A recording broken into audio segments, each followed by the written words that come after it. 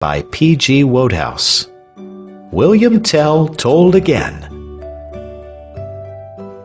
Once upon a time, more years ago than anybody can remember, before the first hotel had been built, or the first Englishman had taken a photograph of Mont Blanc and brought it home to be pasted in an album and shown after tea to his envious friends, Switzerland belonged to the Emperor of Austria to do what he liked with.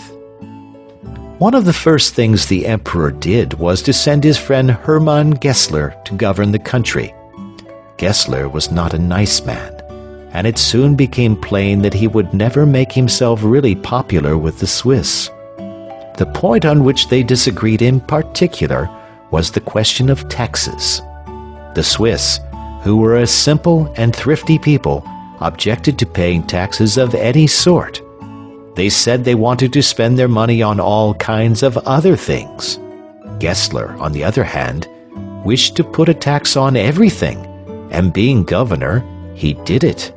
He made everyone who owned a flock of sheep pay a certain sum of money to him, and if the farmer sold his sheep and bought cows, he had to pay rather more money to Gessler for the cows than he had paid for the sheep. Gessler also taxed bread and biscuits and jam and buns and lemonade, and in fact, everything he could think of, till the people of Switzerland determined to complain. They appointed Walter Fürst, who had red hair and looked fierce, Werner Stauffacher, who had gray hair and was always wondering how he ought to pronounce his name, and Arnold of Melchthal, who had light yellow hair and was supposed to know a great deal about the law, to make the complaint. They called on the governor one lovely morning in April, and were shown into the hall of audience. "Well," said Gessler, "and what's the matter now?" The other two pushed Walter Fürst forward because he looked fierce, and they thought he might frighten the governor. Walter Fürst coughed. "Well?" asked Gessler. "Ahem," said Walter Fürst. "That's the way," whispered Werner. "Give it him."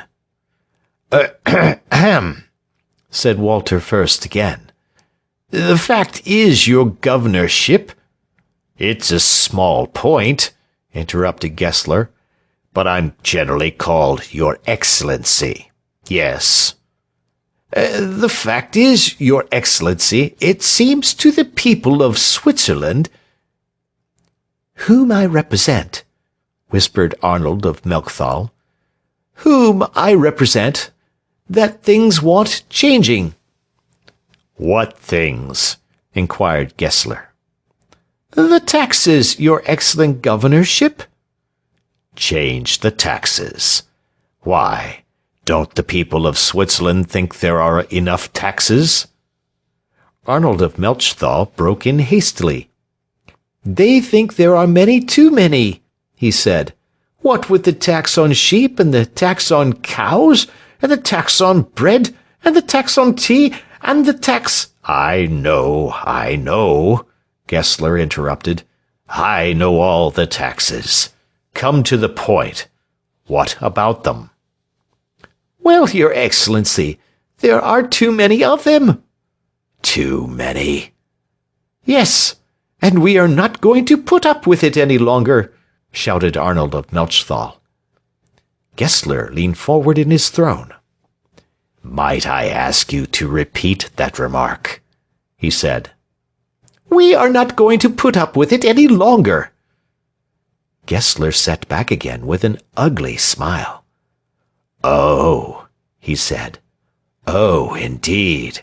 You aren't you? Desire the Lord High Executioner to step this way," he added to a soldier who stood beside him.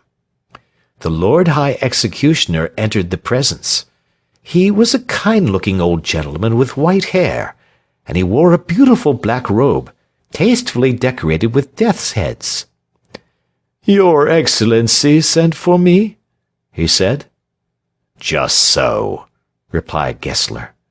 "This gentleman here," he pointed to Arnold of Melchthal, "says he does not like taxes, and that he isn't going to put up with them any longer."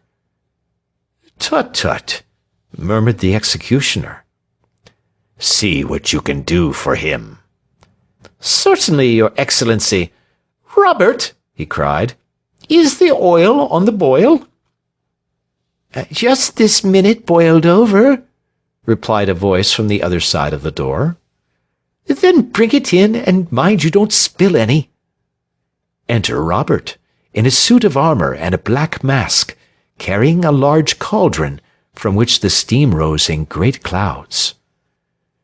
"Now, sir, if you please," said the executioner politely to Arnold of Melchthal. Arnold looked at the cauldron. "Why, it's hot," he said. "Warmish," admitted the executioner. "It's against the law to threaten a man with hot oil." "You may bring an action against me," said the executioner. "Now, sir, if you please, we are wasting time. The forefinger of your left hand, if I may trouble you." "Thank you. I am obliged." He took Arnold's left hand and dipped the tip of the first finger into the oil. "Ow!" cried Arnold, jumping. "Don't let him see he's hurting you," whispered Werner Stauffacher. "Pretend you don't notice it." Gessler leaned forward again. "Have your views on taxes changed at all?" he asked. "Do you see my point of view more clearly now?" Arnold admitted that he thought that, after all, there might be something to be said for it. "That's right," said the governor. "And the tax on sheep? You don't object to that?" "No." "And the tax on cows?" "I like it." "And those on bread, and buns, and lemonade?" "I enjoy them." "Excellent. In fact, you're quite contented?" "Quite." "And you think the rest of the people are?" "Oh, quite, quite." "And do you think the same?" he asked of Walter and Werner. "Oh, yes, Your Excellency," they cried. "Then that's all right," said Gessler. "I was sure you would be sensible about it. Now, if you will kindly place in the tambourine which the gentleman on my left is presenting to you a mere trifle to compensate us for our trouble in giving you an audience, and if you," to Arnold of Melchthal, "will contribute an additional trifle for use of the imperial boiling oil, I think we shall all be satisfied. You've done it. That's right.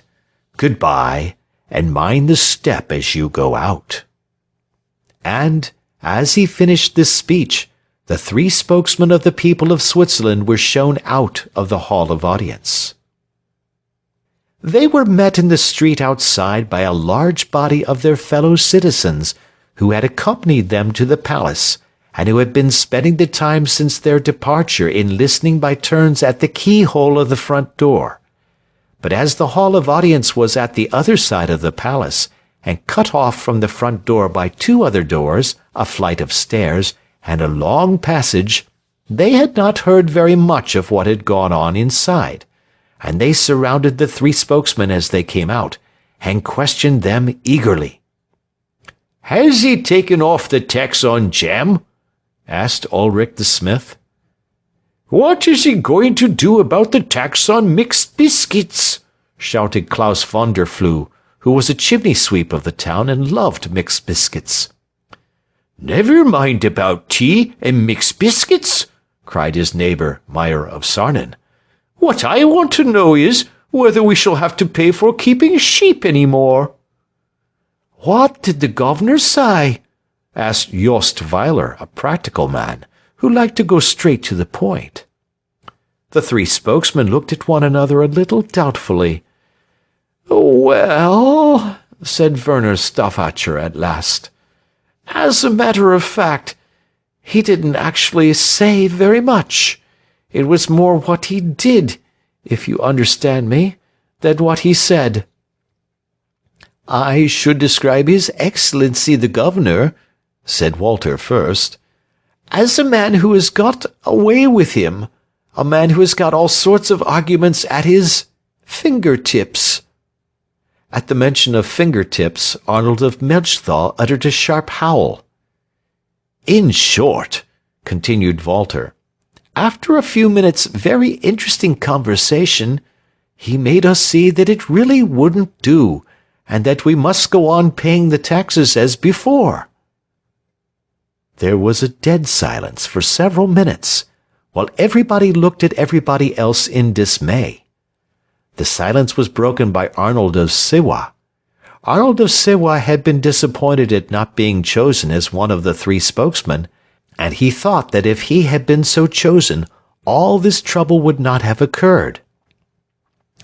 "The fact is," he said bitterly, "that you three have failed to do what you were sent to do.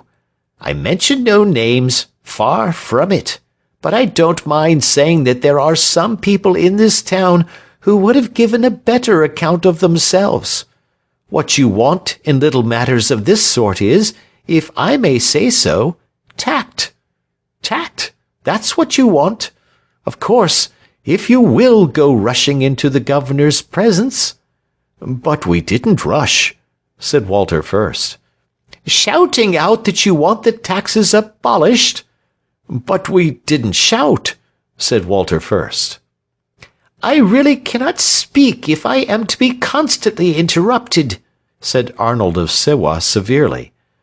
"What I say is that you ought to employ tact. Tact, that's what you want. If I had been chosen to represent the Swiss people in this affair, I am not saying I ought to have been, mind you, I merely say, if I had been, I should have acted rather after the following fashion. Walking firmly, but not defiantly, into the tyrant's presence, I should have broken the ice with some pleasant remark about the weather. The conversation once started, the rest would have been easy. I should have said that I hoped His Excellency had enjoyed a good dinner. Once on the subject of food, and it would have been the simplest of tasks to show him how unnecessary taxes on food were, and the whole affair would have been pleasantly settled while you waited. I do not imply that the Swiss people would have done better to have chosen me as their representative. I merely say that this is how I should have acted had they done so." And Arnold of Sewa twirled his mustache and looked offended.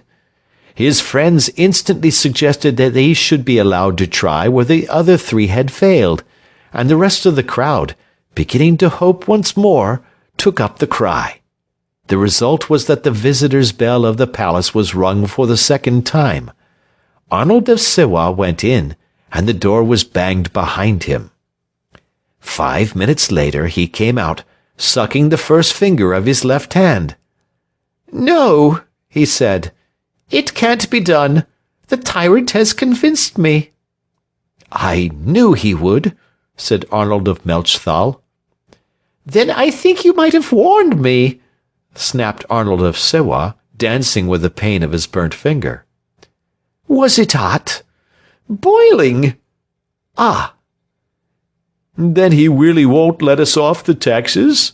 asked the crowd in disappointed voices. "No." "Then the long and short of it is," said Walter first, drawing a deep breath, "that we must rebel." "Rebel!" cried everybody. "Rebel," repeated Walter firmly. "We will!" cried everybody. "Down with the tyrant!" shouted Walter first. "Down with the taxes!" shrieked the crowd. A scene of great enthusiasm followed. The last words were spoken by Werner Stauffacher. "We want a leader," he said. "I don't wish to thrust myself forward," began Arnold of Sewa, "but I must say, if it comes to leading—" "And I know the very man for the job," said Werner Stauffacher. "William Tell." "Hurrah for William Tell!" roared the crowd, and, taking the time from Werner Stauffacher, they burst into the grand old Swiss chant which runs as follows. For he's a jolly good fellow, for he's a jolly good fellow, for he's a jolly good fellow, and so say all of us. And having sung this till they were all quite hoarse, they went off to their beds to get a few hours' sleep before beginning the labors of the day. In a picturesque little chalet high up in the mountains, covered with snow and edelweiss, which is a flower that grows in the Alps and you are not allowed to pick it, dwelt William Tell, his wife Hedwig, and his 2 sons, Walter and William. Such a remarkable man was Tell that I think I must devote a whole chapter to him and his exploits. There was really nothing he could not do. He was the best shot with the crossbow in the whole of Switzerland. He had the courage of a lion, the sure-footedness of a wild goat, the agility of a squirrel, and a beautiful beard. If you wanted someone to hurry across desolate ice fields and leap from crag to crag after a chamois, Tell was the man for your money. If you wanted a man to say rude things to the governor, it was to Tell that you applied first. Once when he was hunting in the wild ravine of Schächenthal, where people were hardly ever to be seen, he met the governor face to face. There was no way of getting past. On one side the rocky wall rose sheer up, while below the river roared. Directly Gessler caught sight of Tell striding along with his crossbow, his cheeks grew pale and his knees tottered, and he sat down on a rock feeling very unwell indeed. "Aha!" said Tell. "Oho! So it's you, is it? I know you. And a nice sort of person you are, with your taxes on bread and sheep, aren't you? You'll come to a bad end one of these days. That's what will happen to you. Oh, you old reprobate. Pooh!" And he had passed on with a look of scorn, leaving Gessler to think over what he had said. And Gessler ever since had had a grudge against him, and was only waiting for a chance of paying him out. "Mark my words," said Tell's wife, Hedwig, when her husband told her about it after supper that night. "Mark my words, he will never forgive you." "I will avoid him," said Tell.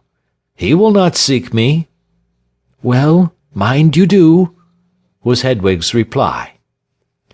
On another occasion, when the governor's soldiers were chasing a friend of his, called Baumgarten, and when Baumgarten's only chance of escape was to cross the lake during a fierce storm, and when the ferryman, sensibly remarking, "What, must I rush into the jaws of death? No man that hath his senses would do that," refused to take out his boat even for twice his proper fare, and when the soldiers rode down to seize their prey with dreadful shouts, Tell jumped into the boat, and, rowing with all his might, brought his friend safe across after a choppy passage, which made Gessler the governor still more angry with him. But it was as a marksman that Tell was so extraordinary. There was nobody in the whole of the land who was half so skillful. He attended every meeting for miles around where there was a shooting competition, and every time he won first prize. Even his rivals could not help praising his skills. "Behold," they would say, "Tell is quite the pot hunter," meaning by the last word a man who always went in for every prize and always won it. And Tell would say, "Yes, truly am I a pot hunter, for I hunt to fill the family pot." And so he did. He never came home empty-handed from the chase. Sometimes it was a chamois that he brought back, and then the family had it roasted on the first day, cold on the next 4, and minced on the 6th, with sippets of toast around the edge of the dish. Sometimes it was only a bird, as on the cover of this book, and then Hedwig would say, "Mark my words, this fowl will not go round." But it always did, and it never happened that there was not even a fowl to eat. In fact, Tell and his family lived a very happy, contented life in spite of the Governor Gessler and his taxes. Tell was very patriotic. He always believed that someday the Swiss would rise and rebel against the tyranny of the governor, and he used to drill his 2 children so as to keep them always in a state of preparation. They would march about, beating tin cans and shouting, and altogether enjoying themselves immensely, though Hedwig, who did not like noise, and wanted Walter and William to help her with the housework, made frequent complaints. "Mark my words," she would say, "this growing spirit of militarism in the young and foolish will lead to no good," meaning that boys who played at soldiers instead of helping their mother to dust the chairs and scrub the kitchen floor would in all probability come to a bad end. But Tell would say, "Who hopes to fight his way through life must be prepared to wield arms. Carry on, my boys." And they carried on. It was to this man that the Swiss people had determined to come for help. Talking matters over in the inn of the town, the Glass and Glacier, the citizens came to the conclusion that they ought to appoint 3 spokesmen to go and explain to Tell just what they wanted him to do. "I don't wish to seem to boast at all," said Arnold of Sewa, "but I think I had better be one of the 3. "I was thinking," said Werner Stauffacher, "that it would be a pity always to be chopping and changing. Why not choose the same 3 as were sent to Gessler?" "I don't desire to be unpleasant at all," replied Arnold of Sewa, "but I must be forgiven for reminding the honourable gentleman who has just spoken that he and his equally honourable friends did not meet with the best of success when they called upon the governor." "Well, and you didn't either," snapped Arnold of Melchthal, whose finger still hurt him and made him a little bad-tempered. "That," said Arnold of Sewa, "I put down entirely to the fact that you and your friends, by not exercising tact, irritated the governor and made him unwilling to listen to anybody else. Nothing is more important in these affairs than tact. That's what you want, tact. But have it your own way. Don't mind me." And the citizens did not. They chose Werner Stauffacher, Arnold of Melchthal, and Walter first, and, having drained their glasses, the 3 trudged up the steep hill which led to Tell's house.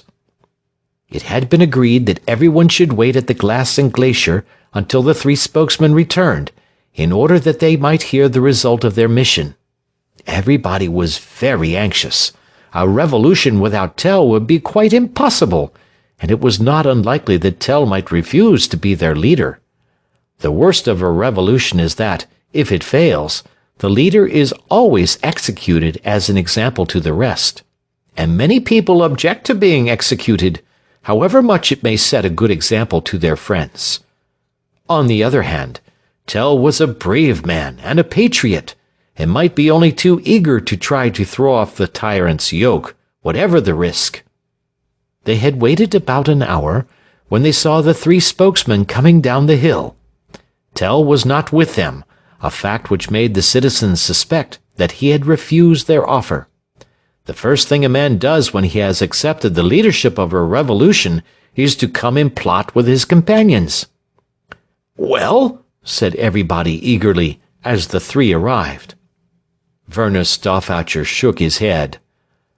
"Ah," said Arnold of Sewa, "I see what it is. He has refused. You didn't exercise tact, and he refused." "We did exercise tact," said Stauffacher indignantly. "But he would not be persuaded. It was like this. We went to the house and knocked at the door. Tell opened it. 'Good morning,' I said. 'Good morning,' said he. 'Take a seat.' I took a seat. 'My heart is full,' I said, 'and longs to speak with you.' I thought that a neat way of putting it." The company murmured approval. "A heavy heart," said Tell, "will not grow light with words." "Not bad, that," murmured Jostweiler. "Clever way of putting things Tell has got." Yet words, I said, might lead us on to deeds. Neat, said Jost Weiler. Very neat, yes? To which Tell's extraordinary reply was, the only thing to do is to sit still. What? I said. Bear in silence things unbearable? Yes, said Tell. To peaceable men, peace is gladly granted. When the governor finds that his oppression does not make us revolt, he will grow tired of oppressing. And what did you say to that? Asked Ulrich the smith. I said he did not know the governor if he thought he would ever grow tired of oppressing. We might do much, I said, if we held fast together. Union is strength, I said. The strong, said Tell, is strongest when he stands alone. Then our country must not count on thee, I said, when in despair she stands on self-defense. Oh, well, he said, hardly that, perhaps. I don't want to desert you. What I mean to say is, I'm no use as a plotter or a counselor or that sort of thing. Where I come out strong is in deeds. So don't invite me to your meetings and make me speak and that sort of thing. But if you want a man to do anything, why, that's where I shall come in, you see. Just write it if you want me. A postcard will do, and you will not find William Tell hanging back, no sir. And with those words he showed us out. Well, said Jost Weiler, I call that encouraging. All we have to do now is to plot. Let us plot. Yes, let's, shouted everybody. Ulrich the smith rapped for silence on the table. Gentlemen, he said, our friend Mr. Klaus von der Flue will now read a paper on Governors, Their Drawbacks, and How to Get Rid of Them. Silence, gentlemen, please. Now then, Klaus, old fellow, speak up and get it over. And the citizens settled down without further delay to a little serious plotting.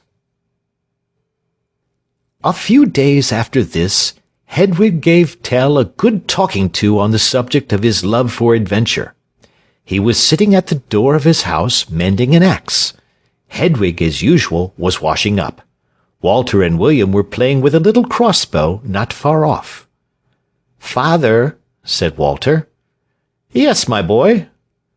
My bowstring has bust. Bust was what all Swiss boys said when they meant broken. You must mend it yourself, my boy, said Tell. A sportsman always helps himself. What I say, said Hedwig, bustling out of the house, is that a boy of his age has no business to be shooting. I don't like it. Nobody can shoot well if he does not begin to practice early. Why, when I was a boy, I remember on one occasion when— What I say, interrupted Hedwig, is that a boy ought not to want always to be shooting and what not. He ought to stay at home and help his mother, and I wish you would set them a better example.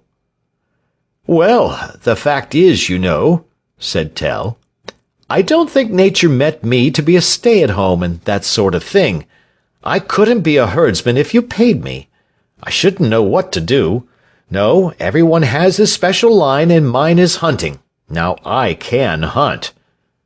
A nasty, dangerous occupation, said Hedwig. I don't like to hear of your being lost on desolate ice fields and leaping from crag to crag and what not. Some day, mark my words, if you are not careful, you will fall down a precipice, or be overtaken by an avalanche, or the ice will break while you are crossing it. There are 1,000 ways in which you might get hurt. A man of ready wit with a quick eye, replied Tell complacently, never gets hurt. The mountain has no terror for her children. I am a child of the mountain. You are certainly a child, snapped Hedwig. It is of no use my arguing with you. Not very much, agreed Tell, for I am just off to the town. I have an appointment with your papa and some other gentlemen. I forgot to say so before, but Hedwig was the daughter of Walter First. "Now, what are you and Papa plotting?" asked Hedwig. "I know there is something going on. I suspected it when Papa brought Werner Stauffacher and the other man here, and you wouldn't let me listen. What is it? Some dangerous scheme, I suppose?" "Now how in the world do you get those sort of ideas into your head?" Tell laughed. "Dangerous scheme? As if I should plot dangerous schemes with your papa." "I know," said Hedwig. "You can't deceive me. There is a plot afoot against the governor, and you are in it." "A man must help his country." "They're sure to place you where there is most danger. I know them. Don't go. Send Walter down with a note to say that you regret that an unfortunate previous engagement, which you have just recollected, will make it impossible for you to accept their kind invitation to plot." "No, I must go." "And there is another thing," continued Hedwig. "Gessler the governor is in the town now." "He goes away today." "Well, wait till he is gone. You must not meet him. He bears you malice." "To me his malice cannot do much harm. I do what's right and fear no enemy." "Those who do right," said Hedwig, "are those he hates the most. And you know he has never forgiven you for speaking like that when you met him in the ravine. Keep away from the town for today. Do anything else. Go hunting, if you will." "No," said Tell. "I promised. I must go. Come along, Walter." "You aren't going to take that poor, dear child. Come here, Walter, directly this minute." "Want to go with father," said Walter, beginning to cry, for his father had promised to take him with him the next time he went to the town, and he had saved his pocket money for the occasion. "Oh, let the boy come," said Tell. "William will stay with you, won't you, William?" "All right, father," said William. "Well, mark my words," said Hedwig. "If something bad does not happen, I shall be surprised." "Oh, no," said Tell. "What can happen?" And without further delay he set off with Walter for the town. In the meantime, all kinds of things of which Tell had no suspicion had been happening in the town. The fact that there were no newspapers in Switzerland at that time often made him a little behindhand as regarded the latest events. He had to depend, as a rule, on visits from his friends, who would sit in his kitchen and tell him all about everything that had been going on for the last few days. And, of course, when there was anything very exciting happening in the town, nobody had time to trudge up the hill to Tell's chalet. They all wanted to be in the town, enjoying the fun. What had happened now was this. It was the chief amusement of the governor, Gessler, who, you will remember, was not a nice man, when he had a few moments to spare from the cares of governing, to sit down and think out some new way of annoying the Swiss people. He was one of those persons who only do it to annoy because they know it teases. What he liked chiefly was to forbid something. He would find out what the people most enjoyed doing, and then he would send a herald to say that he was very sorry, but it must stop. He found that this annoyed the Swiss more than anything. But now he was rather puzzled what to do, for he had forbidden everything he could think of. He had forbidden dancing and singing, and playing on any sort of musical instrument, on the ground that these things made such a noise, and disturbed people who wanted to work. He had forbidden the eating of everything except bread, and the simplest sorts of meat, because he said that anything else upset people, and made them unfit to do anything except sit still and say how ill they were. And he had forbidden all sorts of games, because he said they were a waste of time. So that now, when he wanted dreadfully to forbid something else, he could not think of anything. Then he had an idea, and this was it. He told his servants to cut a long pole, and they cut a very long pole. Then he said to them, "Go into the hall and bring me one of my hats. Not my best hat, which I wear on Sundays and on state occasions, nor yet my second best, which I wear every day, nor yet, again, the one I wear when I am out hunting, for all these I need. Fetch me, rather, the oldest of my hats." And they fetched him the very oldest of his hats. Then he said, "Put it on top of the pole." And they put it right on top of the pole. And last of all he said, "Go and set up the pole in the middle of the meadow, just outside the gates of the town." And they went and set up the pole in the very middle of the meadow, just outside the gates of the town. Then he sent his heralds out to north and south and east and west to summon the people together, because he said he had something very important and special to say to them. And the people came in tens and fifties and hundreds, men, women, and children, and they stood waiting in front of the palace steps till Gessler the governor should come out and say something very important and special to them. And punctually at 11 o'clock, Gessler, having finished a capital breakfast, came out to the top step and spoke to them.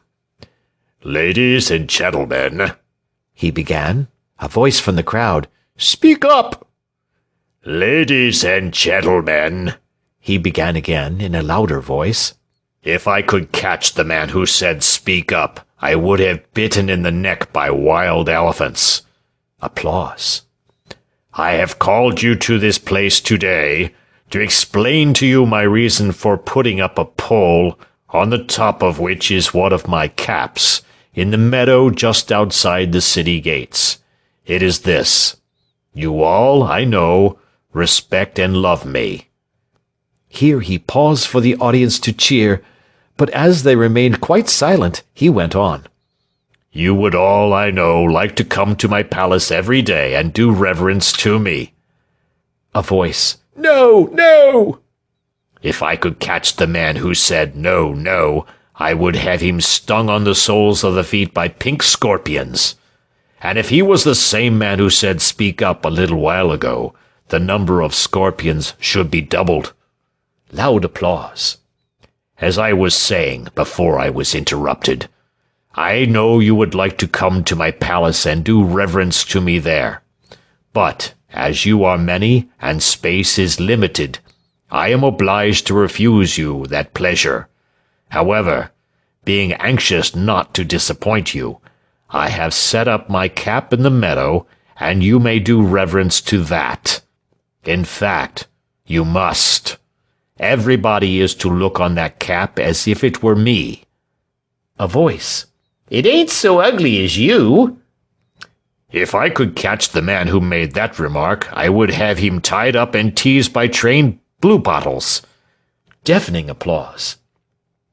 "In fact, to put the matter briefly, if anybody crosses that meadow without bowing down before that cap, my soldiers will arrest him, and I will have him pecked on the nose by infuriated blackbirds.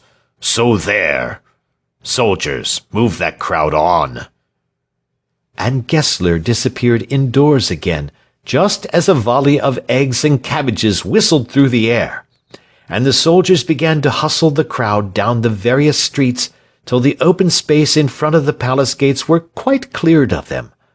All this happened the day before Tell and Walter set out for the town.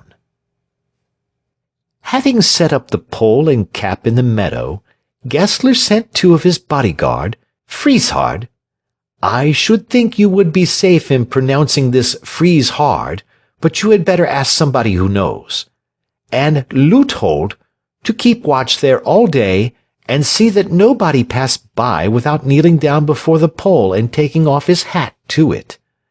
But the people, who prided themselves on being what they called open sie schnuffen, or as we should say, up to snuff, and equal to every occasion, had already seen a way out of the difficulty.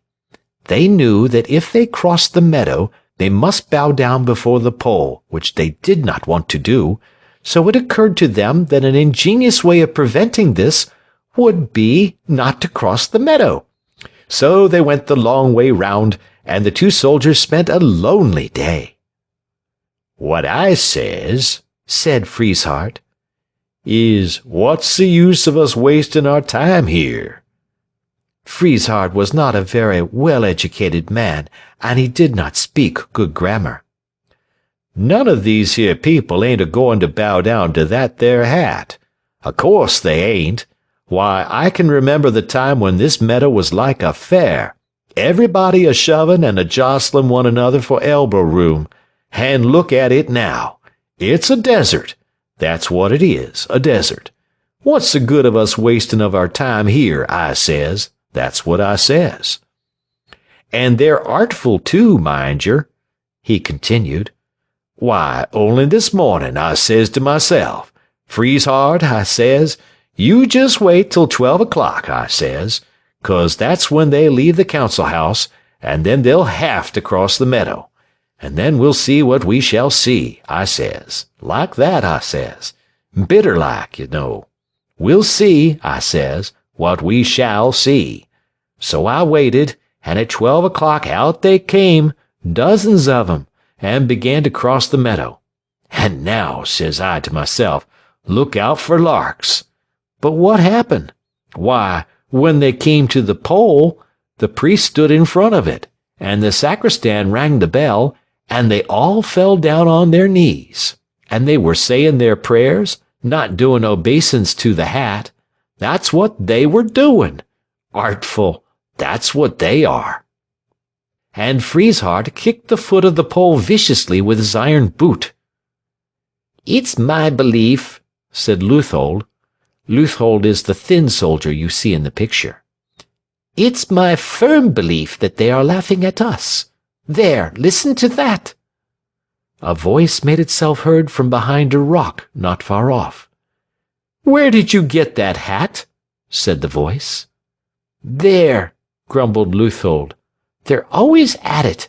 Last time it was, 'Who's your hatter?' Why, we're the laughing-stock of the place. We're like two rogues in a pillory.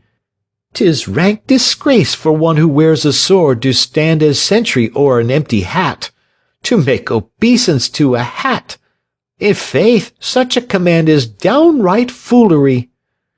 "Well," said Frieshardt, "and why not bow before an empty hat? Thou hast often bowed before an empty skull. I was always one for a joke, you know." "Here come some people," said Leuthold. "At last, and they're only the rabble after all. You don't catch any of the better sort of people coming here." A crowd was beginning to collect on the edge of the meadow. Its numbers swelled every minute, until quite 100 of the commoner sort must have been gathered together. They stood pointing at the pole and talking among themselves, but nobody made any movement to cross the meadow. At last someone shouted, "Yah!" The soldiers took no notice. Someone else cried, "Boo!" "Pass along there, pass along," said the soldiers. Cries of, "Where did you get that hat?" began to come from the body of the crowd. When the Swiss invented a catchphrase, they did not drop it in a hurry. "Where did you get that hat?" they shouted. Frieshardt and Leuthold stood like two statues in armor, paying no attention to the remarks of the rabble. This annoyed the rabble. They began to be more personal. "You in the second-hand lobster tin," shouted one. He meant Frieshardt, whose suit of armor, though no longer new, hardly deserved this description. "Who's your hatter?" "Can't yer see?" shouted a friend, when Frieshardt made no reply. "The poor thing ain't alive? He's stuffed." Roars of laughter greeted this sally. Frieshardt, in spite of the fact that he enjoyed a joke, turned pink. "He's blushing!" shrieked the voice. Frieshardt turned purple. Then things got still more exciting. "'Ere," said a rough voice in the crowd impatiently. "What's the good of talking to 'em? Give me that ear egg, missus." and in another instant an egg flew across the meadow and burst over Leuthold's shoulder. The crowd howled with delight. This was something like fun, thought they, and the next moment eggs, cabbages, cats, and missiles of every sort darkened the air. The two soldiers raved and shouted, but did not dare to leave their post. At last, just as the storm was at its height, it ceased as if by magic. Everyone in the crowd turned round, and, as they turned, jumped into the air and waved his hat. A deafening cheer went up. "Hurrah!" cried the mob. "Here comes good old Tell. Now there's going to be a jolly row." Tell came striding along, Walter by his side, and his crossbow over his shoulder. He knew nothing about the hat having been placed on the pole, and he was surprised to see such a large crowd gathered in the meadow. He bowed to the crowd in his polite way, and the crowd gave 3 cheers and 1 more, and he bowed again. "Hello," said Walter suddenly. "Look at that hat up there, father, on the pole." "What is the hat to us?" said Tell, and he began to walk across the meadow with an air of great dignity, and Walter walked by his side, trying to look just like him. "Here, hi!" shouted the soldiers. "Stop! You haven't bowed down to the cap." Tell looked scornful, but said nothing. Walter looked still more scornful. "Ho there!" shouted Frieshardt, standing in front of him. "I bid you stand in the Emperor's name." "My good fellow," said Tell, "please do not bother me. I am in a hurry. I really have nothing for you." "My orders is," said Frieshardt, "to stand in this here meadow, and to see as how all them what passes through it does obeisance to that there hat. Them's governor's orders, them is. So now." "My good fellow," said Tell, "let me pass. I shall get cross, I know I shall." Shouts of encouragement from the crowd, who were waiting patiently for the trouble to begin. "Go it, Tell!" they cried. "Don't stand talking to him. Hit him a kick." Frieshardt became angrier every minute. "My orders is," he said again, "to arrest them as don't bow down to the hat, and for 2 pins, young feller, I'd arrest you. So which is it to be? Either you bow down to that there hat, or you come along of me." Tell pushed him aside, and walked on with his chin in the air. Walter went with him, with his chin in the air. Whack! A howl of dismay went up from the crowd as they saw Frieshardt raise his pike and bring it down with all his force on Tell's head. The sound of the blow went echoing through the meadow, and up the hills and down the valleys. "Ow!" cried Tell. Now, thought the crowd, things must begin to get exciting. Tell's first idea was that one of the larger mountains in the neighborhood had fallen on top of him. Then he thought that there must have been an earthquake. Then it gradually dawned upon him that he had been hit by a mere common soldier with a pike. Then he was angry. "Look here," he began. "Look there," said Frieshardt, pointing to the cap. "You've hurt my head very much," said Tell. "Feel the bump. If I hadn't happened to have a particularly hard head, I don't know what might not have happened." And he raised his fist and hit Frieshardt, but as Frieshardt was wearing a thick iron helmet, the blow did not hurt him very much. But it had the effect of bringing the crowd to Tell's assistance. They had been waiting all this time for him to begin the fighting, for though they were very anxious to attack the soldiers, they did not like to do so by themselves. They wanted a leader. So when they saw Tell hit Frieshardt, they tucked up their sleeves, grasped their sticks and cudgels more tightly, and began to run across the meadow towards him. Neither of the soldiers noticed this. Frieshardt was very busy arguing with Tell, and Leuthold was laughing at Frieshardt. So when the people came swarming up with their sticks and cudgels, they were taken by surprise.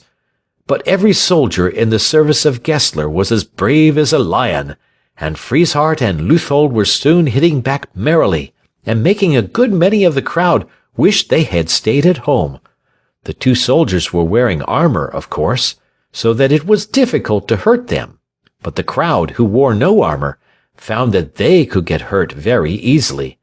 Conrad Hun, for instance, was attacking Frieshardt, when the soldier happened to drop his pike. It fell on Conrad's toe, and Conrad limped away, feeling that fighting was no fun unless you had thick boots on. And so, for a time, the soldiers had the best of the fight. For many minutes the fight raged furiously round the pole, and the earth shook beneath the iron boots of Frieshardt and Leuthold as they rushed about, striking out right and left with their fists and the flats of their pikes. Seppi the cowboy, an ancestor by the way of Buffalo Bill, went down before a tremendous blow by Frieshardt, and Leuthold knocked Klaus von der Flue head over heels. "What do you want?" said Arnold of Sewa, who had seen the beginning of the fight from the window of his cottage, and had hurried to join it, and, as usual, to give advice to everybody. "What you want here is guile. That's what you want. Guile, cunning. Not brute force, mind you. It's no good rushing at a man in armor and hitting him. He only hits you back. You should employ guile. Thus, observe." He had said these words standing on the outskirts of the crowd. He now grasped his cudgel and began to steal slowly towards Frieshardt, who had just given Verney the huntsman such a hit with his pike that the sound of it was still echoing in the mountains, and was now busily engaging in disposing of Jost Weiler. Arnold of Sewa crept stealthily behind him, and was just about to bring his cudgel down on his head, when Leuthold, catching sight of him, saved his comrade by driving his pike with all his force into Arnold's side. Arnold said afterwards that it completely took his breath away. He rolled over, and after being trodden on by everybody for some minutes, got up and limped back to his cottage, where he went straight to bed, and did not get up for 2 days. All this time Tell had been standing a little way off with his arms folded, looking on. While it was a quarrel simply between himself and Frieshardt, he did not mind fighting. But when the crowd joined in, he felt it was not fair to help so many men attack one, however badly that one might have behaved. He now saw that the time had come to put an end to the disturbance. He drew an arrow from his quiver, placed it in his crossbow, and pointed it at the hat. Frieshardt, seeing what he intended to do, uttered a shout of horror and rushed to stop him, but at that moment somebody in the crowd hit him so hard with a spade that his helmet was knocked over his eyes, and before he could raise it again, the deed was done.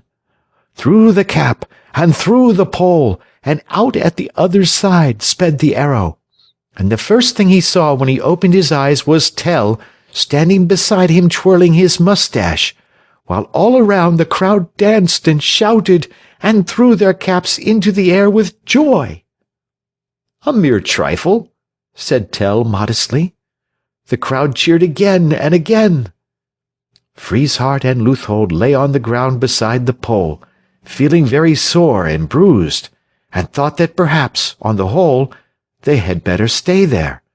There was no knowing what the crowd might do after this, if they began to fight again. So they lay on the ground and made no attempt to interfere with the popular rejoicings. What they wanted, as Arnold de Sewa might have said if he had been there, was a few moments' complete rest. Leuthold's helmet had been hammered with sticks until it was over his eyes and all out of shape, and Frieshardt's was very little better. And they both felt just as if they had been run over in the street by a horse and cart. "Tell!" shouted the crowd. "Hurrah for Tell! Good old Tell!" "Tell's the boy!" roared Ulrich the smith. "Not another man in Switzerland could have made that shot." "No!" shrieked everybody. "Not another!" "Speech!" cried someone from the edge of the crowd. "Speech! Speech! Tell, speech!" Everybody took up the cry. No, no, said Tell, blushing. Go on, shouted the crowd. Oh, I couldn't, said Tell. I don't know what to say. Anything will do. Speech! Speech! Ulrich the smith and Ruodi the fisherman hoisted Tell onto their shoulders, and having coughed once or twice, he said, Gentlemen! Cheers from the crowd. Gentlemen, said Tell again, this is the proudest moment of my life. More cheers. I don't know what you want me to talk about. I have never made a speech before. Excuse my emotion. This is the proudest moment of my life. Today is a great day for Switzerland. We have struck the first blow of the revolution. Let us strike some more. Shouts of "Hear, hear!" from the crowd, many of them, misunderstanding Tell's last remark, proceeded to hit Leuthold and Frieshardt, until stopped by cries of "Order!" from Ulrich the smith. Gentlemen, continued Tell, the floodgates of revolution have been opened. From this day they will stalk through the land, burning to ashes the slough of oppression which our tyrant governor has erected in our midst. I have only to add that this is the proudest moment of my life, and—" He was interrupted by a frightened voice. "Look out, you chaps!" said the voice. "Here comes the governor!" Gessler, with a bodyguard of armed men, had entered the meadow and was galloping towards them. Gessler came riding up on his brown horse, and the crowd melted away in all directions, for there was no knowing what the governor might not do if he found them plotting. They were determined to rebel and to throw off his tyrannous yoke, but they preferred to do it quietly and comfortably when he was nowhere near. So they ran away to the edge of the meadow and stood there in groups, waiting to see what was going to happen.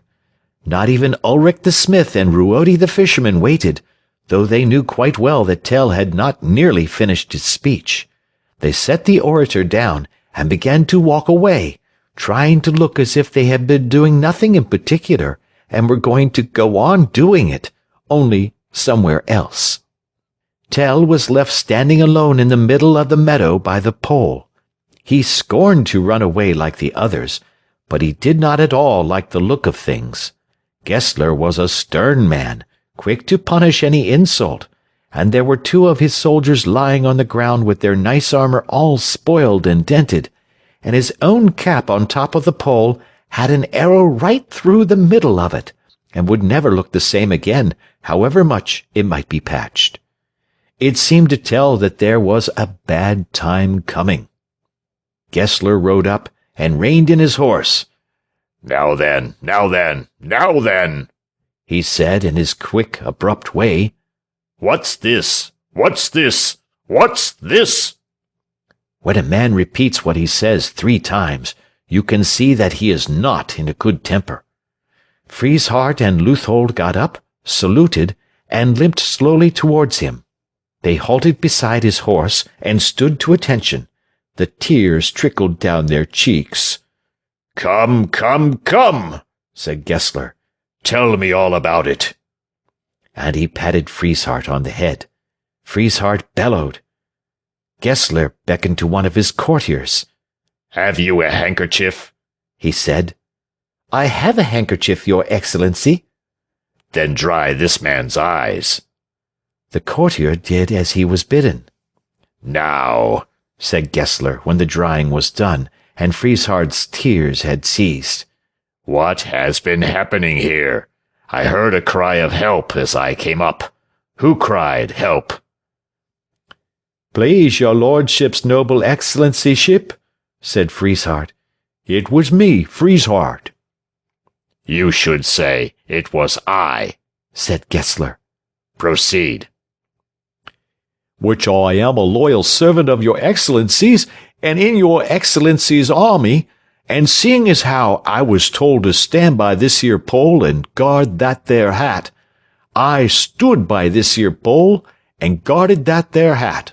All day I did, your excellency, and when up comes this man here, And I says to him, 'Bow down to the hat,' I says.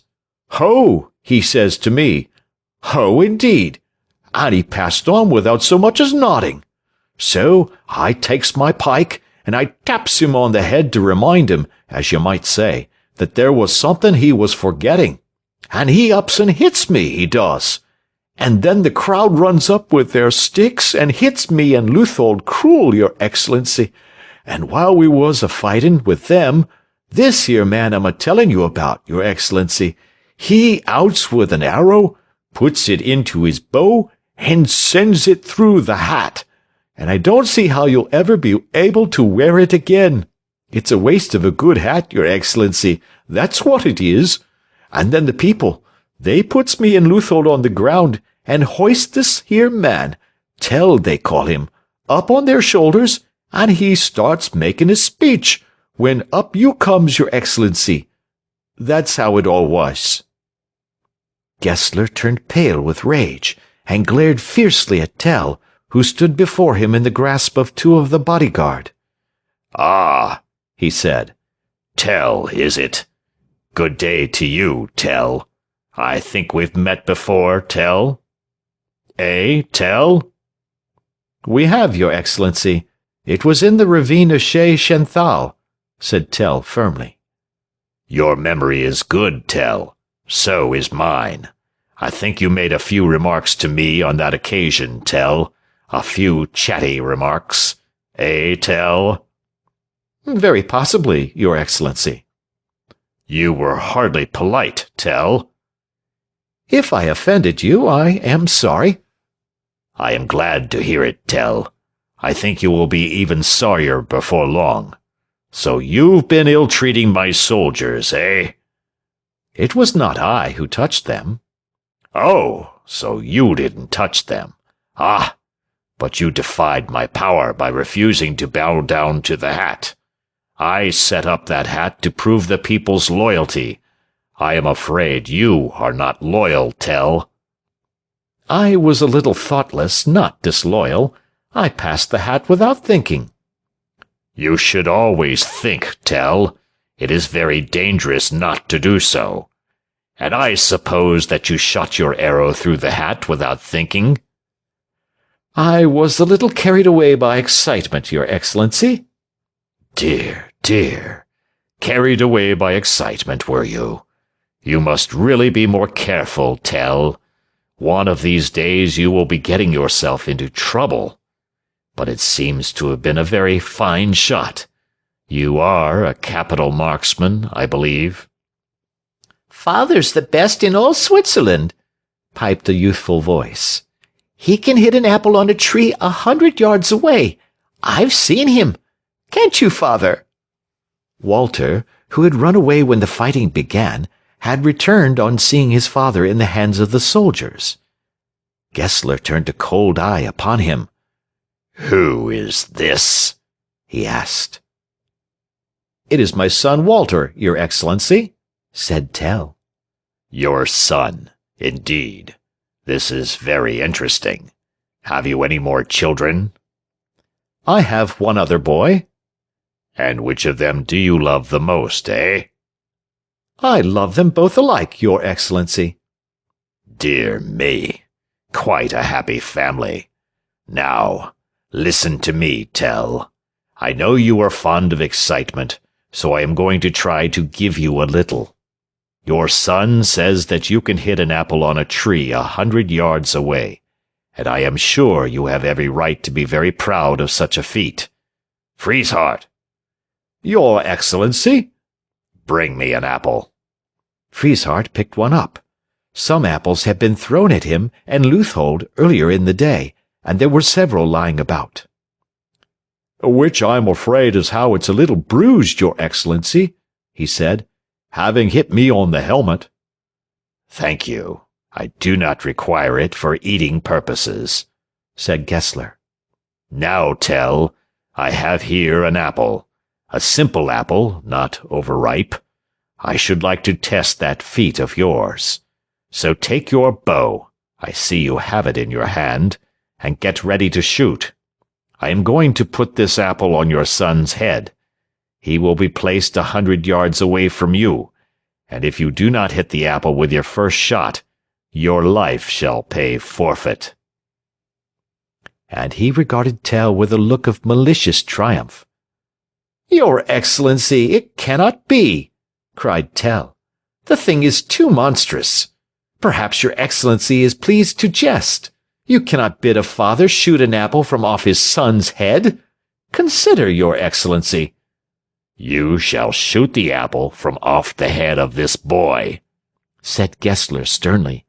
"I do not jest. That is my will." "Sooner would I die," said Tell. "If you do not shoot, you die with the boy. Come, come, Tell, why so cautious? They always told me that you loved perilous enterprises, and yet when I give you one, you complain. I could understand anybody else shrinking from the feat, but you, hitting apples at 100 yards is child's play to you. And what does it matter where the apple is, whether it is on a tree or on a boy's head? It is an apple just the same. Proceed, Tell." The crowd, seeing a discussion going on, had left the edge of the meadow and clustered round to listen. A groan of dismay went up at the governor's words. "Down on your knees, boy," whispered Rudolph de Harris to Walter. "Down on your knees and beg His Excellency for your life." "I won't," said Walter stoutly. "Come," said Gessler. "Clear a path there, clear a path. Hurry yourselves. I won't have this loitering. Look you, Tell, attend to me for a moment. I find you in the middle of this meadow deliberately defying my authority and making sport of my orders. I find you in the act of stirring up discontent among my people with speeches. I might have you executed without ceremony. But do I? No. Nobody shall say that Hermann Gessler the governor is not kind-hearted. I say to myself, I will give this man one chance. I place your fate in your own skillful hands.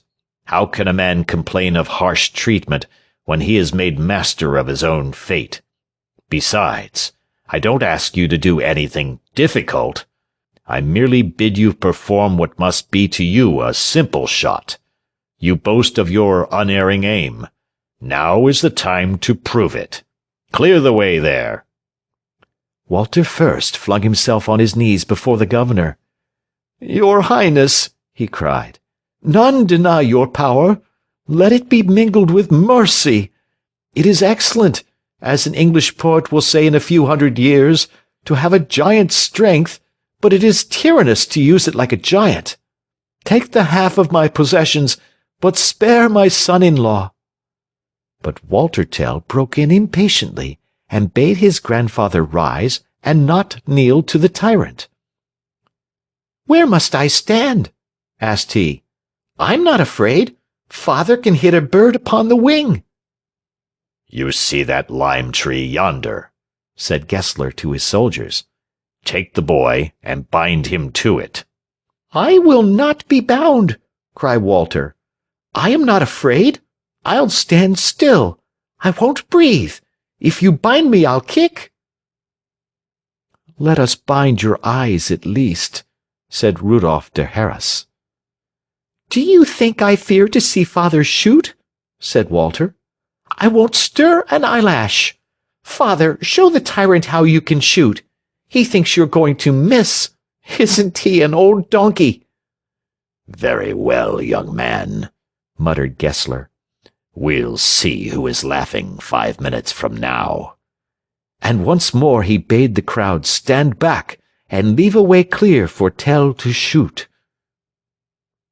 The crowd fell back, leaving a lane down which Walter walked, carrying the apple. There was dead silence as he passed. Then the people began to whisper excitedly to one another. "Shall this be done before our eyes?" said Arnold of Melchthal to Werner Stauffacher. "Of what use was it that we swore an oath to rebel if we permit this? Let us rise and slay the tyrant." Werner Stauffacher, prudent man, scratched his chin thoughtfully. "Well," he said, "you see, the difficulty is that we are not armed, and the soldiers are. There is nothing I should enjoy more than slaying the tyrant, only I have an idea that the tyrant would slay us. You see my point?" "Why were we so slow?" groaned Arnold. "We should have risen before, and then this would never have happened. Who was it that advised us to delay?" "Well," said Stauffacher, who had himself advised delay, "I can't quite remember at the moment, but I dare say you could find out by looking up the minutes of our last meeting. I know the motion was carried by a majority of 2 votes. See, Gessler grows impatient."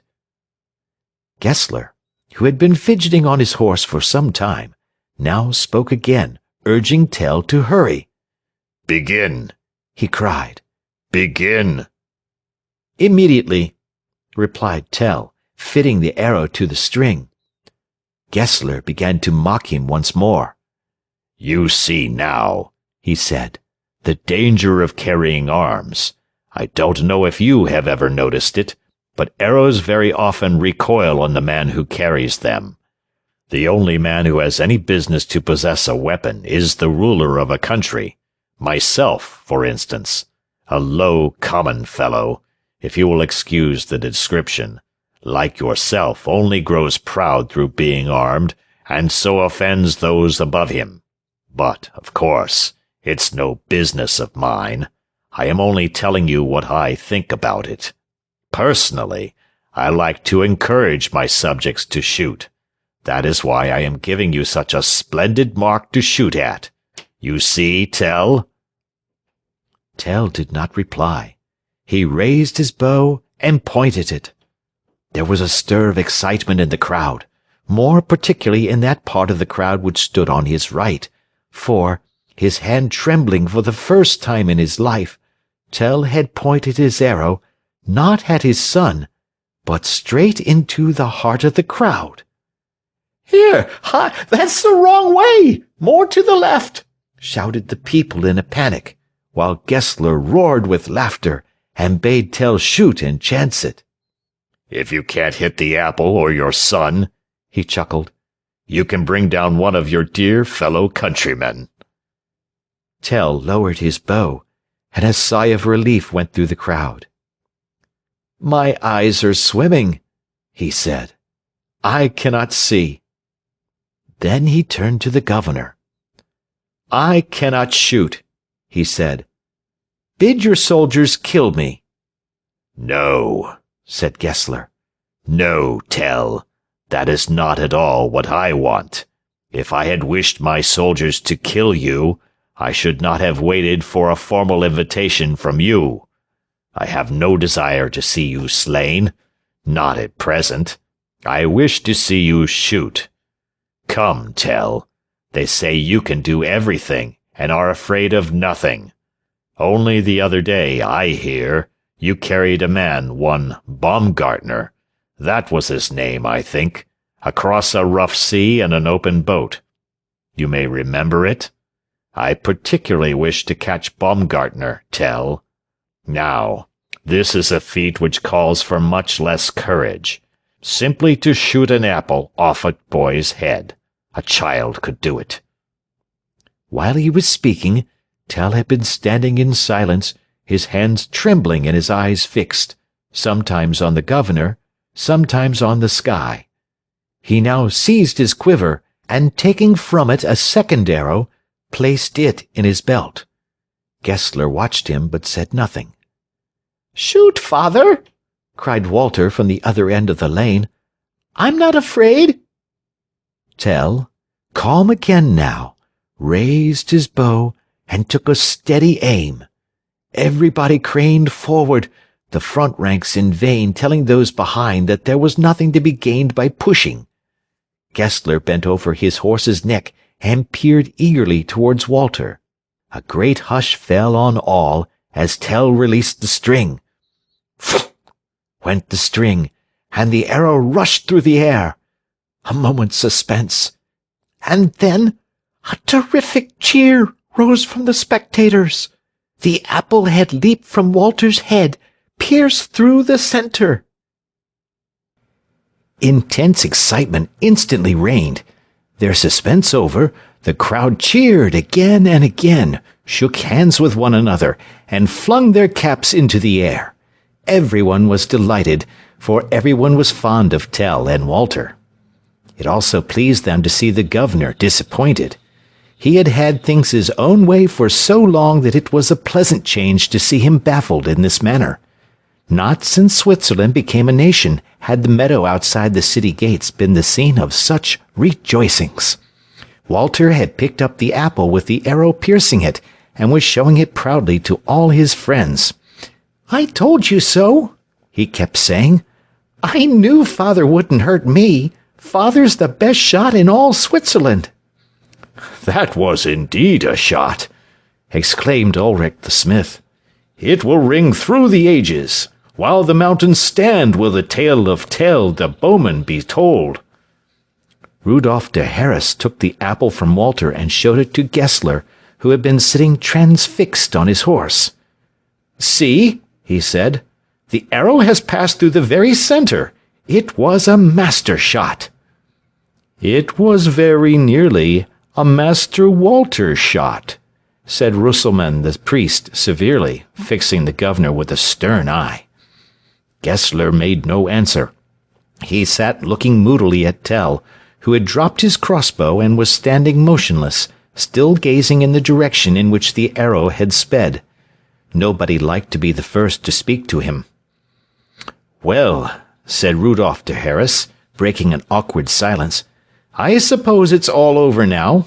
May as well be moving, eh?" He bit a large piece out of the apple, which he still held. Walter uttered a piercing scream as he saw the mouthful disappear. Up till now he had shown no signs of dismay, in spite of the peril which he had had to face. But when he watched Rudolf eating the apple, which he naturally looked upon as his own property, he could not keep quiet any longer.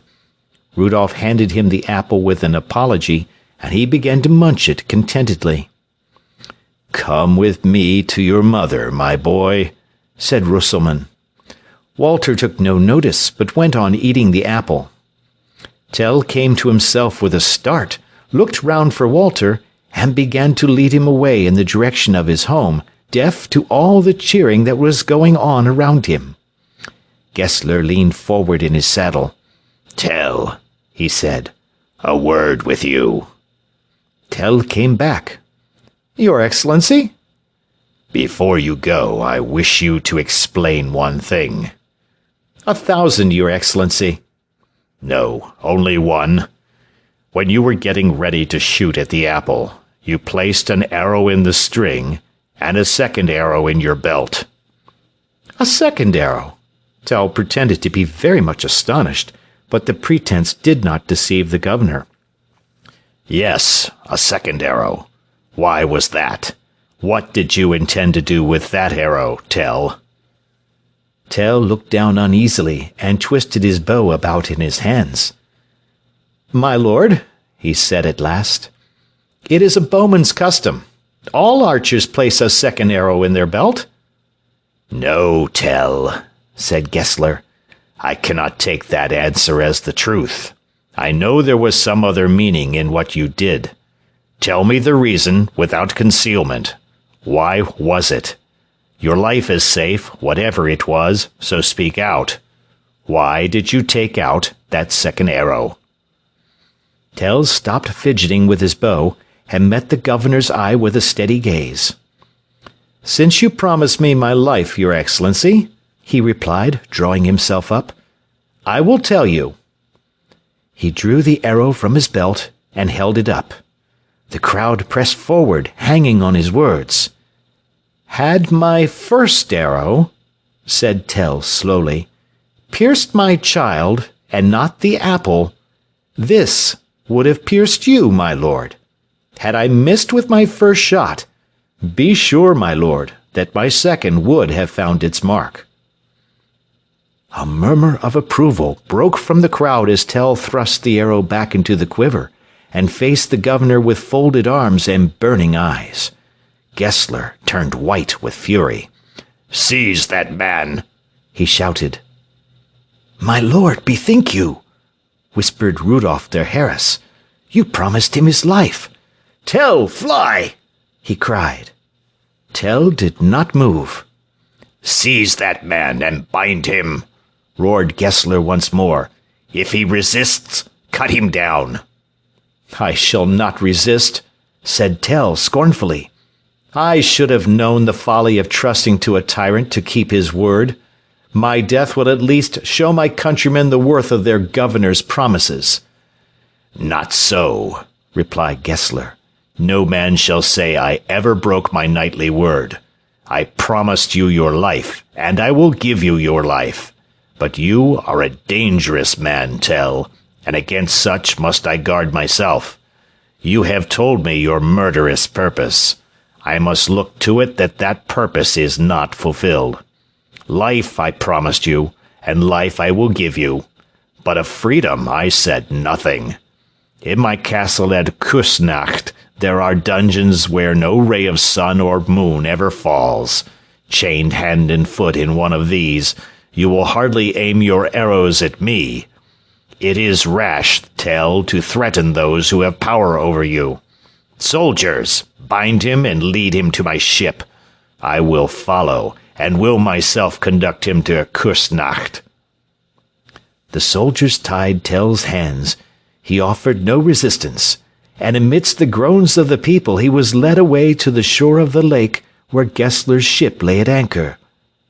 "So, our last chance is gone," said the people to one another. "Where shall we look now for a leader?" The castle of Küsnacht lay on the opposite side of the lake, a mighty mass of stone reared on a mightier crag, rising sheer out of the waves, which boiled and foamed about its foot. Steep rocks of fantastic shape hemmed it in, and many were the vessels that perished on these, driven thither by the frequent storms that swept over the lake. Gessler and his men, Tell in their midst, bound and unarmed, embarked early in the afternoon at Fleulen, which was the name of the harbor where the governor's ship had been moored. Fleulen was about 2 miles from Küsnacht. When they had arrived at the vessel, they went on board, and Tell was placed at the bottom of the hold.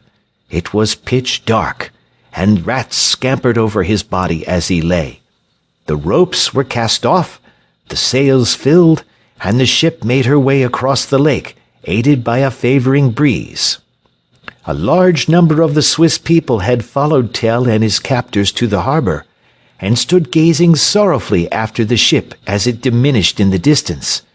There had been whispers of an attempted rescue, but nobody had dared to begin it, and the whispers had led to nothing.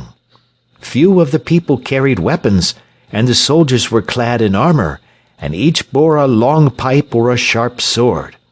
As Arnold of Sewa would have said if he had been present, what the people wanted was prudence. It was useless to attack men so thoroughly able to defend themselves. Therefore the people looked on and groaned, but did nothing. For some time the ship sped easily on her way and through a calm sea. Tell lay below, listening to the trampling of the sailors overhead as they ran about the deck, and gave up all hope of ever seeing his home and his friends again. But soon he began to notice that the ship was rolling and pitching more than it had been doing at first, and it was not long before he realized that a very violent storm had begun. Storms sprung up very suddenly on the lake, and made it unsafe for boats that attempted to cross it. Often the sea was quite unruffled at the beginning of the crossing, and was rough enough at the end to wreck the largest ship. Tell welcomed the storm. He had no wish to live if life meant years of imprisonment in a dark dungeon of Castle Küsnacht. Drowning would be a pleasant fate compared with that. He lay at the bottom of the ship, hoping that the next wave would dash them on to a rock and send them to the bottom of the lake. The tossing became worse and worse. Upon the deck, Gessler was standing beside the helmsman and gazing anxiously across the waters at the rocks that fringed the narrow entrance to the bay a few hundred yards to the east of Castle Küsnacht. This bay was the only spot for miles along the shore at which it was possible to land safely. For miles on either side the coast was studded with great rocks, which would have dashed a ship to pieces in a moment. It was to this bay that Gessler wished to direct the ship, but the helmsman told him that he could not make sure of finding the entrance, so great was the cloud of spray which covered it. A mistake would mean shipwreck. "My lord," said the helmsman, "I have neither strength nor skill to guide the helm. I do not know which way to turn." "What are we to do?" asked Rudolf der Harras, who was standing near. The helmsman hesitated. Then he spoke, eyeing the governor uneasily. "Tell could steer us through," he said, "if your lordship would but give him the helm." Gessler started. "Tell," he muttered. "Tell." The ship drew nearer to the rocks. "Bring him here," said Gessler. Two soldiers went down to the hold and released Tell.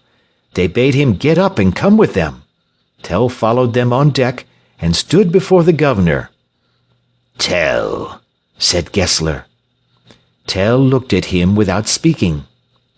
"Take the helm, Tell," said Gessler, "and steer the ship through those rocks into the bay beyond, or instant death shall be your lot."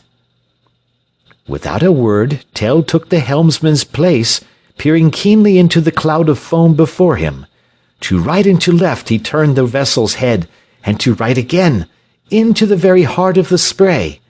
They were right among the rocks now, but the ship did not strike on them. Quivering and pitching, she was hurried along, until of a sudden the spray cloud was behind her, and in front the calm waters of the bay. Gessler beckoned to the helmsman. "Take the helm again," he said. He pointed to Tell. "Bind him," he said to the soldiers. The soldiers advanced slowly, for they were loath to bind the man who had just saved them from destruction.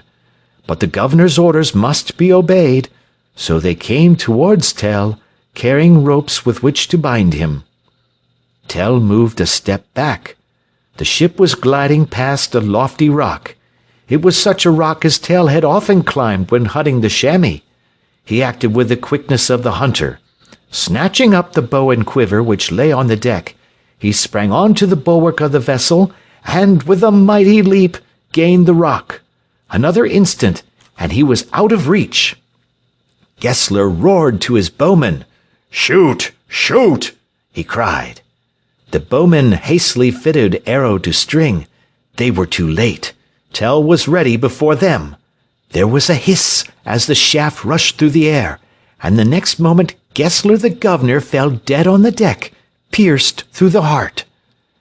Tell's second arrow had found its mark, as his first had done. There is not much more of the story of William Tell. The death of Gessler was a signal to the Swiss to rise in revolt, and soon the whole country was up in arms against the Austrians. It had been chiefly the fear of the governor that had prevented a rising before. It had been brewing for a long time. The people had been bound by a solemn oath to drive the enemy out of the country. All through Switzerland preparations for a revolution were going on, and nobles and peasants had united. Directly the news arrived that the governor was slain, meetings of the people were held in every town in Switzerland, and it was resolved to begin the revolution without delay. All the fortresses that Gessler had built during his years of rule were carried by assault on the same night. The last to fall was one which had only been begun a short time back, and the people who had been forced to help to build it spent a very pleasant hour pulling down the stones which had cost them such labor to put in their place. Even the children helped. It was a great treat to them to break what they pleased without being told not to. "See," said Tell as he watched them. "In years to come, when these same children are gray-haired, they will remember this night as freshly as they will remember it tomorrow." A number of people rushed up, bearing the pole which Gessler's soldiers had set up in the meadow. The hat was still on top of it, nailed to the wood by Tell's arrow. "Here's the hat!" shouted Ruodi, "the hat to which we were to bow." "What shall we do with it?" cried several voices. "Destroy it! Burn it!" said others. "To the flames with this emblem of tyranny!" But Tell stopped them. "Let us preserve it," he said. "Gessler set it up to be a means of enslaving the country. We will set it up as a memorial of our newly gained liberty. Nobly is fulfilled the oath we swore to drive the tyrants from our land. Let the pole mark the spot where the revolution finished." "But is it finished?" said Arnold of Melchthal. "It is a nice point. When the Emperor of Austria hears that we have killed his friend Gessler, and burnt down all his fine new fortresses, will he not come here to seek revenge?" "He will," said Tell.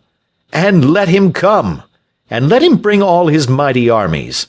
We have driven out the enemy that was in our land. We will meet and drive away the enemy that comes from another country. Switzerland is not easy to attack. There are but a few mountain passes by which the foe can approach. We will stop these with our bodies. And one great strength we have. We are united.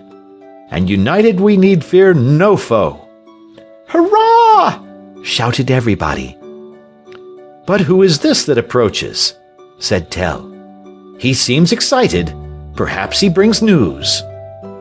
It was Rösselmann the pastor, and he brought stirring news.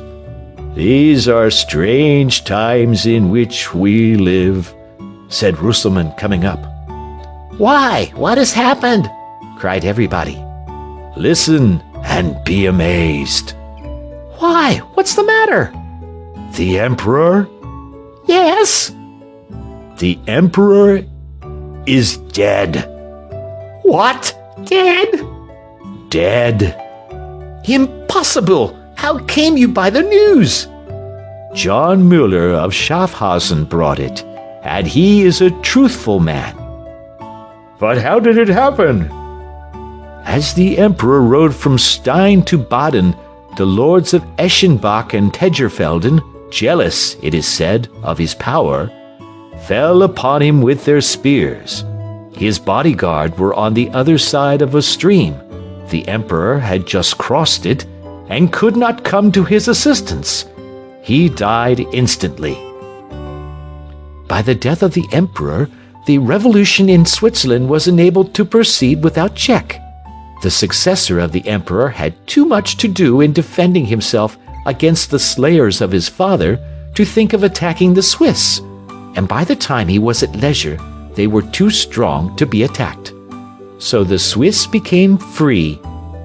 As for William Tell, he retired to his home, and lived there very happily ever afterwards with his wife and his 2 sons, who in a few years became very nearly as skillful in the use of the crossbow as their father. That's the end of William Tell told again, but the original volume contained a rhyme story of William Tell, and this will conclude our narrative. The Swiss against their Austrian foes had ne'er a soul to lead 'em, till Tell, as you've heard tell, arose and guided them to freedom. Tell's tale we tell again, an act for which pray no one scold us. This tale of Tell we tell, in fact, as this tell-tale was told us. Beneath a tyrant foreign yoke, how love of freedom waxes, especially when foreign folk come round collecting taxes. The Swiss, held down by Gessler's fist, would fain have used evasion, yet none there seemed who could resist his methods of persuasion. And pride so filled this Gessler's soul, a monarch's pride outclassing, he stuck his hat up on a pole, that all might bow in passing. Then rose the patriot William Tell. We've grown 'neath Austrian sway first. Must we be ruled by Poles as well? I've just a word to say first." The crowd about the pole at morn used various persuaders. They flung old cans to prove their scorn of all tin pot invaders. And cabbage stumps were freely dealt, and apples inexpensive, and rotten eggs to show they felt a foreign yoke offensive. Said William Tell, "And has this cuss for conquest such a passion, he needs must set his cap at us in this exalted fashion?"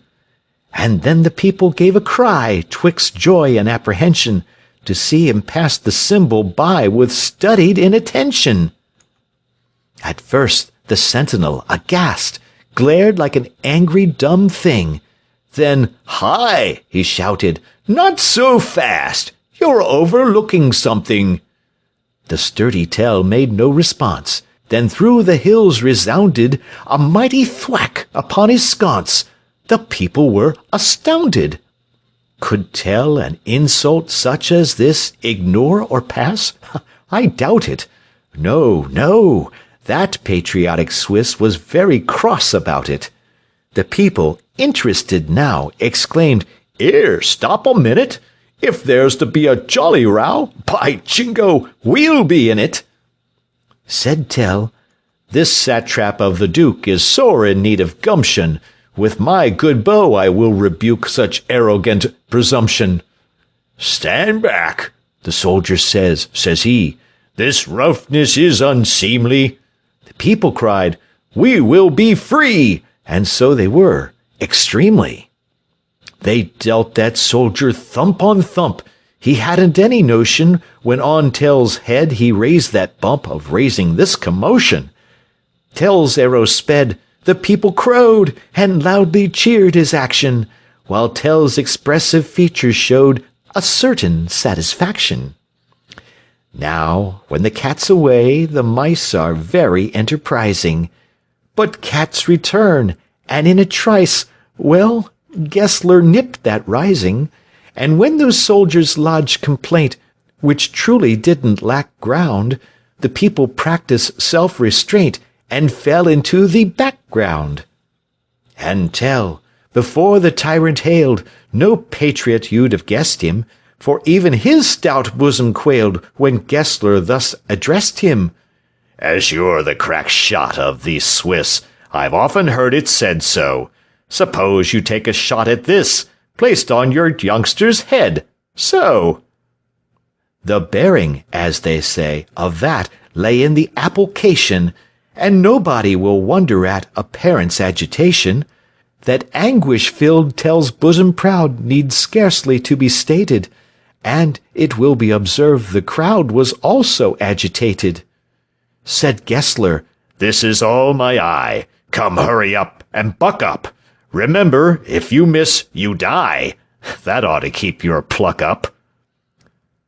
The flying arrow may, no doubt, your offspring's bosom enter." But here there rose a mighty shout, "By George, he's scored a centre!" But as the arrow cleft the core, cried Gessler with indignation, "What was the second arrow for? Come, no equivocation." "You had a second in your fist," said Tell, the missile grippin'. "This shaft, had I that apple missed, was meant for you, my pippin." With rage the tyrant said he, "It's time to stop this prating. I find your style of repartee extremely irritating. You'll hang for this, be pleased to note." On this they bound and gagged him, for Gessler's castle booked by boat, and through the village dragged him. But slips between the cup and lip, when least expected, peer through. A storm arose upon the trip, which Tell alone could steer through. Thus of all hands he quickly got, as you may see, the upper. At Gessler took a parting shot, and hurried home to supper. Some say the tale related here is amplified and twisted. Some say it isn't very clear that William Tell existed. Some say he freed his country so the governor demolished. Perhaps he did. I only know that taxes aren't abolished. End of William Tell Told Again. This recording is by Mark Smith of Simpsonville, South Carolina. Thank you for listening.